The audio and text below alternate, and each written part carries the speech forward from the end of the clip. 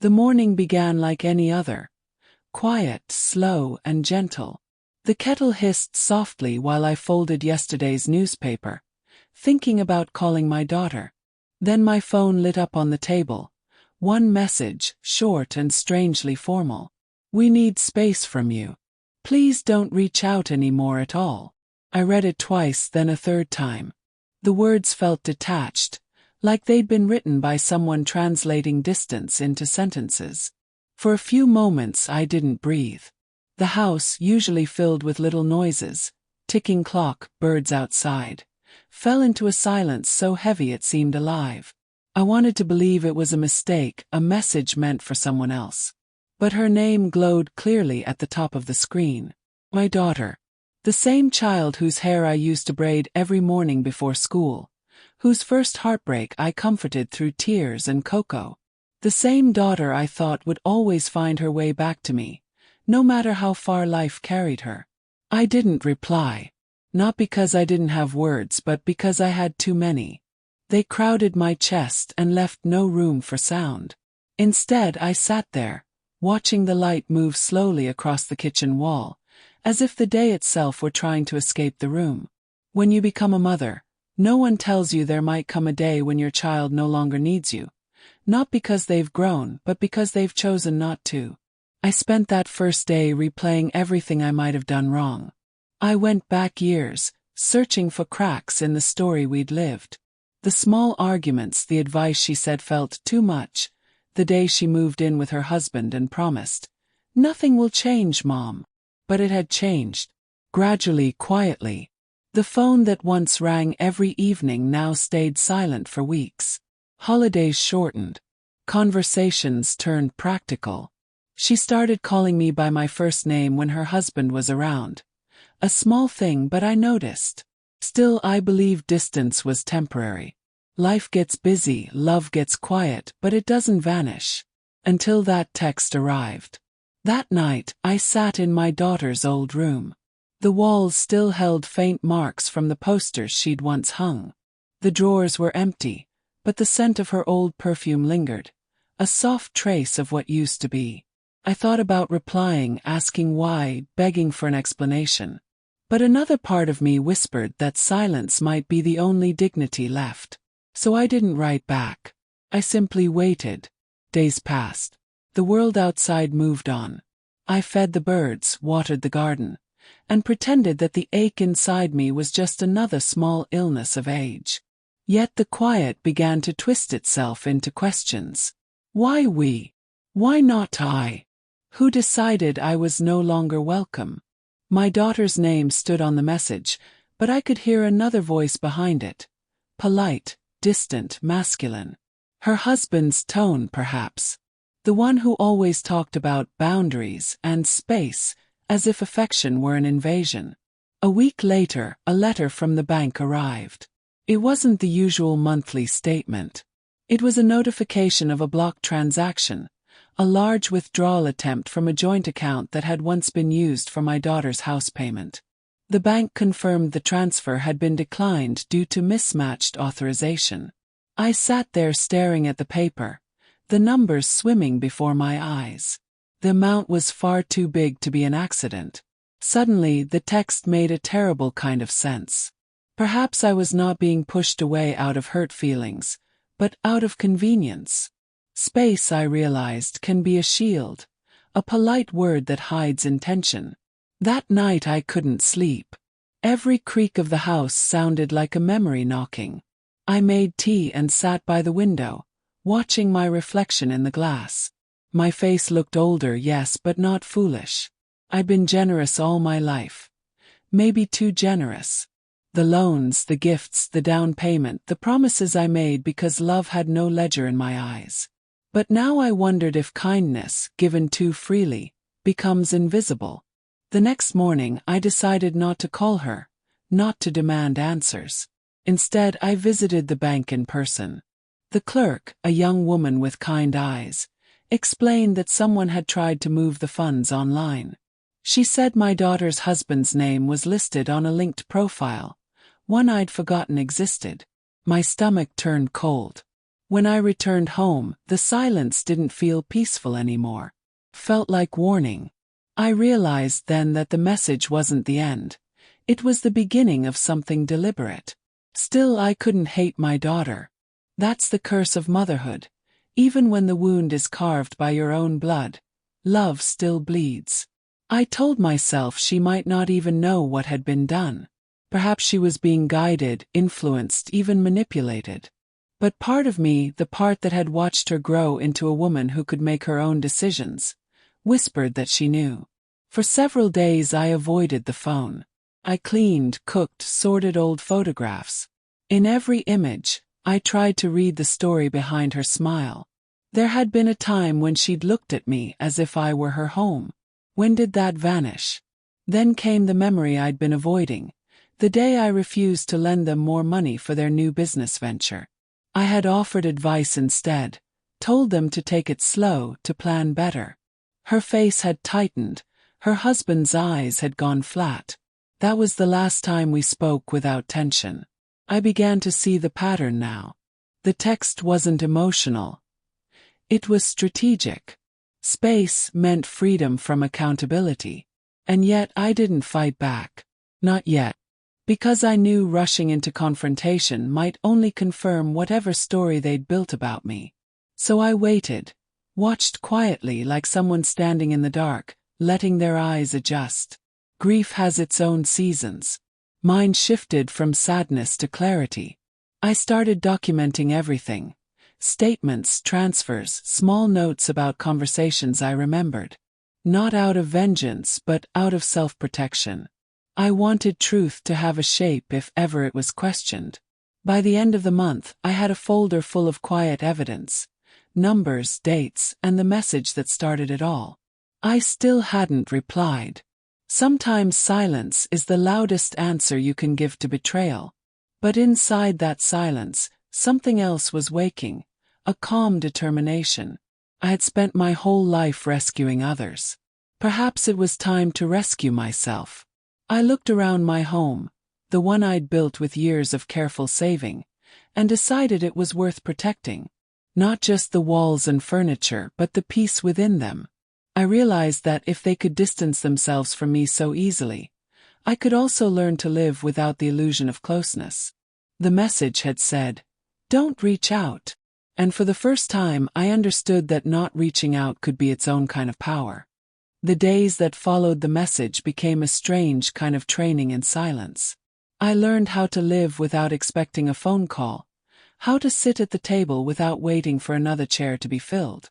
I told myself that peace was something I could relearn, like walking after a fall. But still, every time my phone buzzed, hope flickered, even when it was only a notification or an advertisement. Grief is an odd companion. It doesn't shout. It lingers, rearranging the air in every room. I started hearing echoes of my daughter in places she no longer existed. The kitchen where she used to hum. The garden where she'd plant flowers then forget to water them. The past had left fingerprints on everything. I thought of deleting her number, but I couldn't. Felt like erasing evidence that love once existed.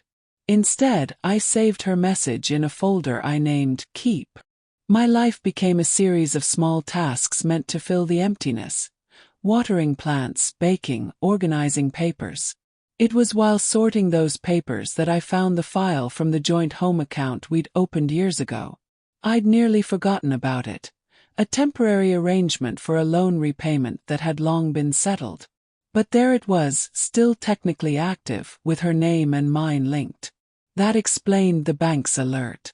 And it meant there was more to uncover. The next morning I visited the bank again. The clerk pulled up my records and showed me a pattern. Small monitoring attempts over the past months, login alerts I'd missed. Someone had been checking balances, quietly, regularly. My daughter's husband's email was associated with those logins. I remember standing there, gripping my handbag so tightly my knuckles turned white. The young clerk asked gently if I wanted to remove all shared access. He nodded. She clicked a few keys, and with each tap I felt a thread being cut. On the walk home, The air smelled of rain and distant wood smoke. The world looked the same, yet I felt like a stranger moving through it. I realized that trust, once broken, doesn't vanish. It calcifies, turning into caution.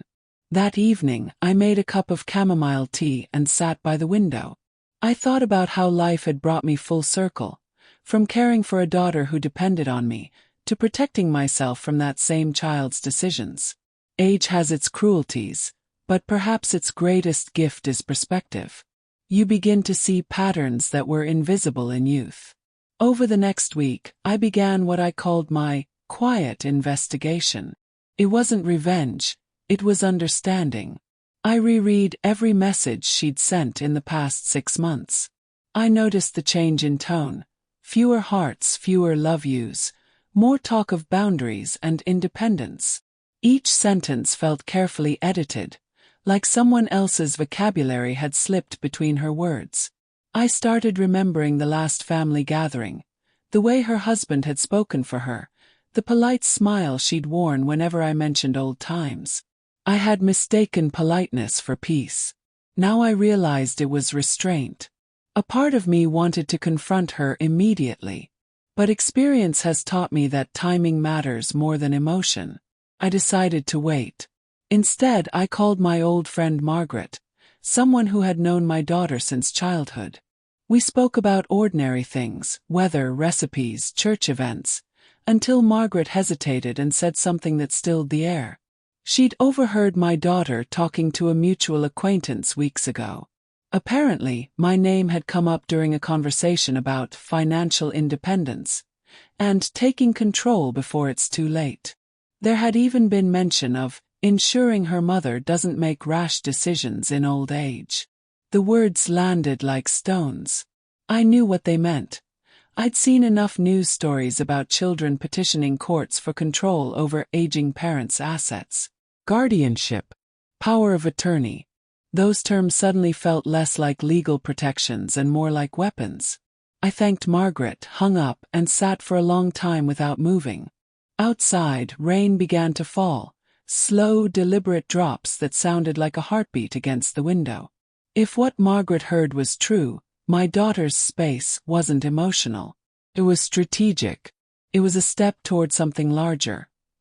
Distance first, then justification, then control. But I wasn't the kind of woman to fade quietly into the corner of my own story.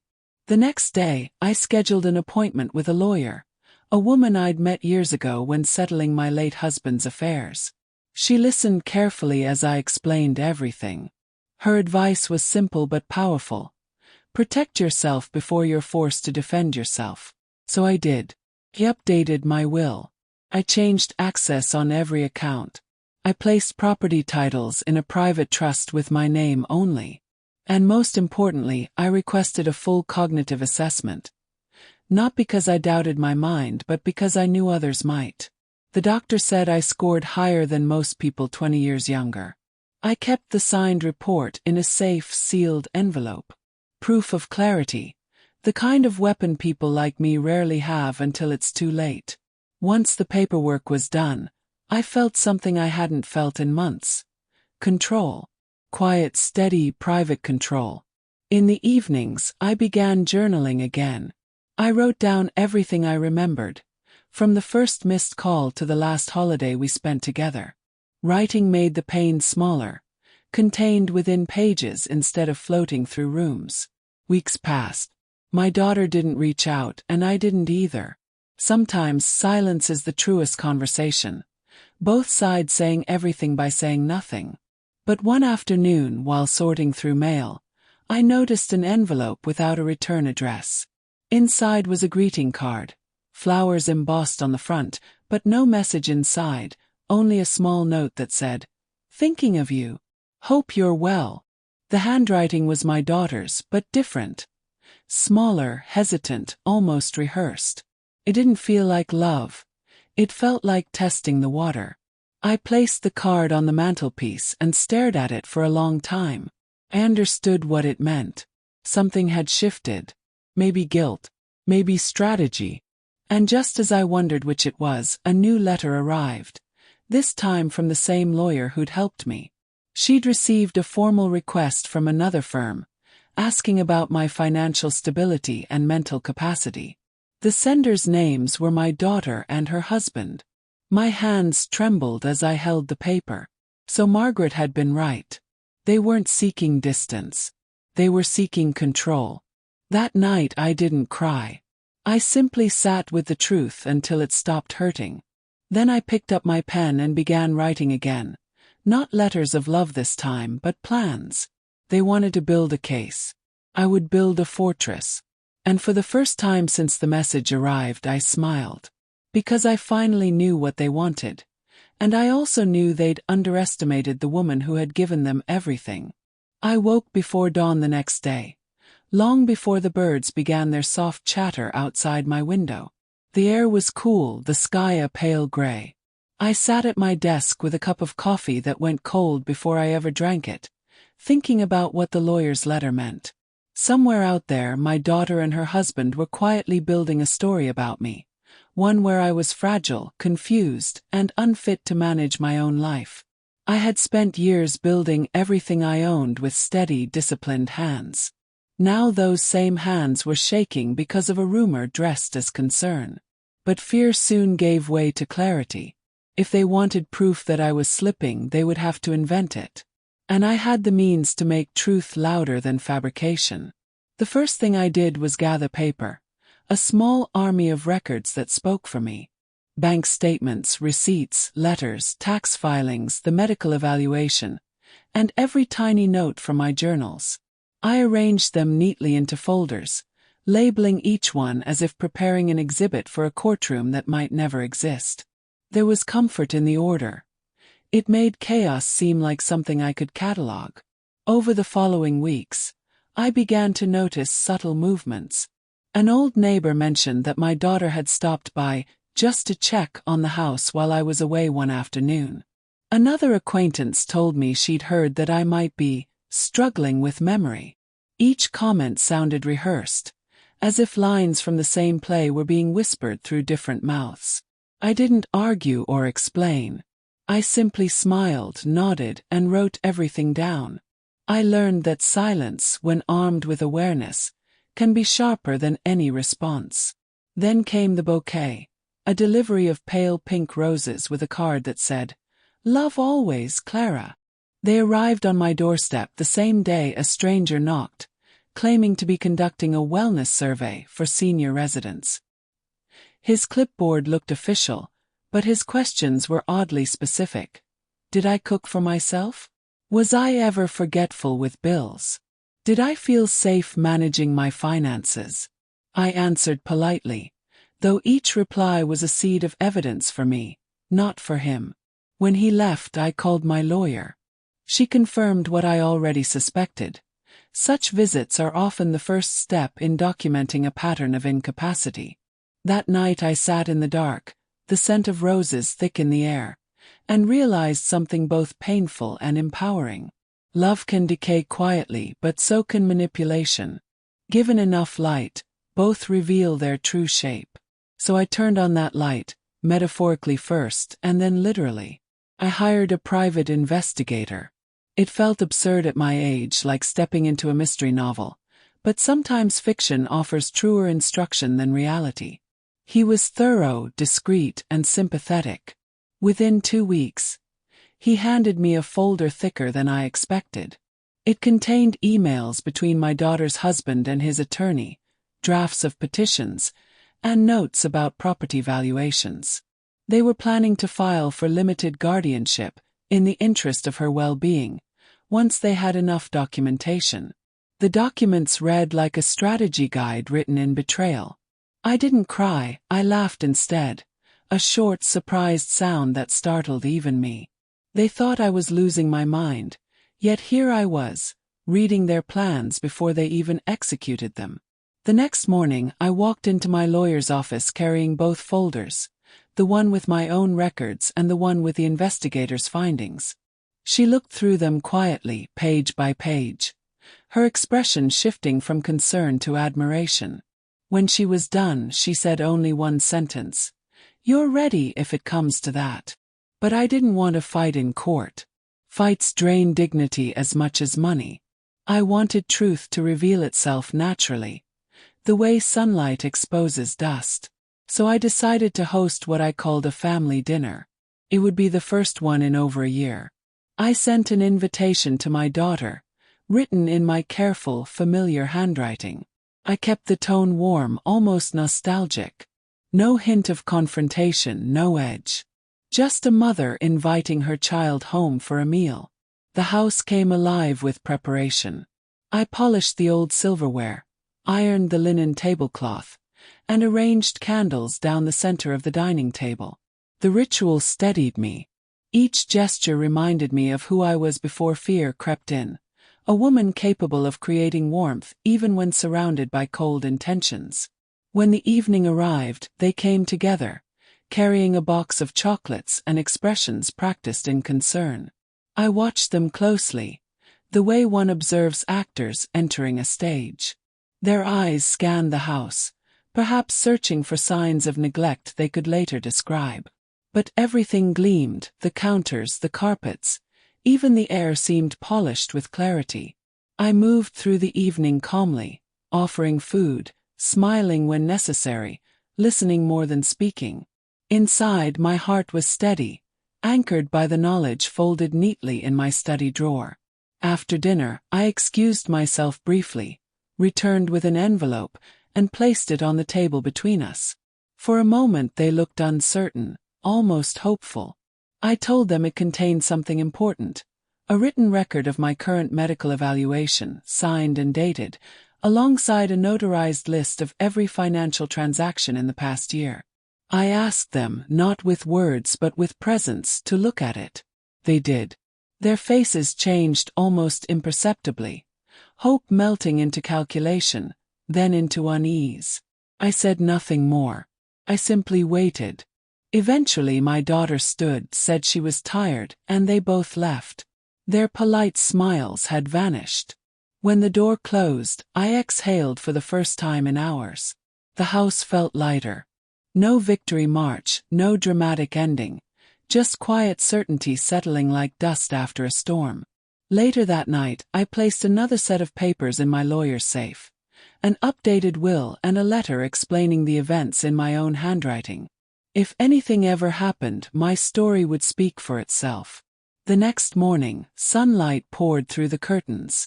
I brewed tea and watched the garden sway gently in the breeze. I felt something I hadn't felt since before that first text. Relief. Not happiness, not yet, but the clean emptiness that comes after a wound has finally stopped bleeding. Days passed without contact. Then one afternoon I received a short message. "We've been thinking. Can we visit again soon?" No apology, no mention of guardianship, no acknowledgement of the trap they'd set. Just a polite pivot, as if the storm had never happened. I didn't reply immediately. Instead, I walked to my window and looked out at the world that had kept turning without them. The garden was in bloom, brighter than it had been in years. Maybe that was enough answer. I knew there would be more to come, regret, guilt, attempts at reconciliation. But I also knew the power had shifted quietly in my favor. They had written one story. I had rewritten it without raising my voice. As evening fell, I opened my journal and wrote a single line. The truth doesn't shout. It simply waits for noise to fade. I closed the book, turned off the lamp, and finally slept soundly. Morning has become my favorite part of the day again. It used to be the loneliest. That moment when light creeps into a house too quiet, where the kettle's whistle feels like a reminder of absence. But now, silence feels earned, not imposed. It's the kind of quiet that follows understanding, not abandonment. Weeks had passed since that last message from my daughter. I hadn't responded. There was a time when my heart would have leapt at any sign of contact, desperate to mend the fracture. But now I understood something crucial. Sometimes peace is not found in reunion, but in release. I spent my mornings tending the garden, pruning the roses that had once arrived as false gestures of love. Their petals had dried and fallen, but the new buds were stronger, brighter. I found beauty in that symbolism, renewal born from what had withered. Each day unfolded with gentle routine. I read books I'd long neglected, baked bread for neighbors, and wrote letters I never planned to send. The house no longer felt like an echo chamber of memories. It was simply home again, steady, unhurried, and alive with a scent of lavender. Then one afternoon a car pulled into the driveway. I saw it through the window before the knock came. It was my daughter's car. I recognized the dent near the fender, the one she got years ago when she first learned to drive. I didn't move at first. I watched her step out slowly, her face uncertain, carrying a small basket of fruit as if peace could fit inside it. When she finally knocked, I opened the door. The space between us was filled with everything we hadn't said. I didn't rush to fill it. I simply nodded and stepped aside, allowing her in. She looked around the house, perhaps surprised that everything was in order. No sign of confusion, no chaos to justify the story she once told herself. We sat across from each other at the kitchen table. The same table where I'd once taught her to tie her shoes, where we'd shared countless meals and laughter before mistrust crept between us. She began to speak, haltingly, but I stopped her gently with a raised hand. There was no need for explanations. The past didn't require excavation. It only required acknowledgement. I told her that I was doing well, that I hoped she was too. That love, even when tested, doesn't disappear. It only changes form. I could see tears gathering in her eyes, the kind that carry both apology and shame. I didn't need to hear the words. The silence said enough. We sat like that for a long time, two women bound by blood and regret, trying to navigate the fragile bridge between damage and forgiveness. When she finally stood to leave, she asked if she could come again sometime. I said she could, when she was ready to visit, not to inspect. Her eyes widened slightly at that word, but she nodded. After she left, the house was quiet once more, but it didn't feel empty. It felt like the closing of a chapter, not with bitterness, but with understanding. I realized then that closure doesn't always mean reunion. Sometimes it's simply the calm acceptance that you can wish someone well without letting them back into the places they once wounded. A few days later, I received a letter in the mail. It was from my daughter. The handwriting was shaky, uncertain. Inside was a single page. She wrote that she'd been wrong, not just about the guardianship or the doubts about my health, but about what she had chosen to believe. She said guilt had been eating at her, that every time she saw a rose, she thought of me. I read it twice, then folded it carefully and placed it in my journal. I didn't reply right away. Some things need to settle in the heart before they're answered. Instead, I went outside.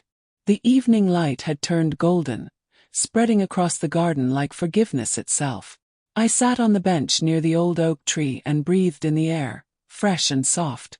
The world, it seemed, had quietly forgiven me for nothing, but rewarded me for enduring. In the distance, I could hear laughter, the neighbors' children chasing each other through the yard. Their joy was simple, unguarded. It reminded me that once my daughter had been like that too. Maybe someday she would find her way back to that innocence, not for my sake but for her own. I thought about the past months, the message that shattered me, the nights filled with uncertainty, the discoveries that tested my resilience. And yet, I realized I wouldn't erase any of it. Pain, too, can be a form of instruction. It teaches the strength of solitude, the worth of self-trust, and the grace of letting go without hate. As the sky deepened into twilight, I whispered a quiet prayer, not for reconciliation but for peace. Peace in her heart, peace in mine, peace in the space between us that now no longer felt like loss, but like balance. Later that night, I opened my journal and wrote the final entry for this chapter of my life. Love doesn't always return in the shape we remember it. Sometimes it comes back as silence, sometimes as distance. But if it teaches us peace, then it was never truly lost. I closed the book and placed it on the shelf beside the older ones, the chronicles of a life full of both tenderness and survival. Before going to bed, I looked out the window once more. The moonlight spread gently across the garden, illuminating every petal, every leaf. The roses were in full bloom again, soft, unwavering, and alive. For the first time in a long while, I smiled without weight in my chest. My story had begun with a message that cut deep, but it ended here, not with reconciliation or revenge, but with quiet dignity. Sometimes that's all a grandmother can ask for. To be at peace, to stand steady in truth, and to know that even after all the noise, the heart still remembers how to be kind.